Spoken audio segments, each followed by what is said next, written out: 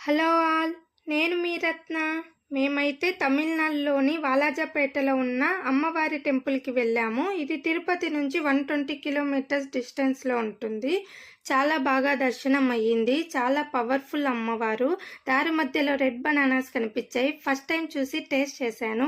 Taste అయితే okay. అక్కడ నుంచి 24 కిలోమీటర్స్ ముందుకు వస్తే షోలింగర్ అనే ఊరిలో కొండపైన ఉన్న చాలా పవర్ఫుల్ యోగా నరసింహస్వామి టెంపుల్కి వెళ్ళాము.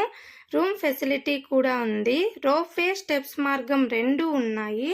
స్టార్టింగ్ ఆంజనేయ స్వామిని దర్శించుకొని కోనేరు తీర్థం నుంచి స్టార్ట్ చేశాము. మొత్తం స్టెప్స్ 1305 ఉన్నాయి.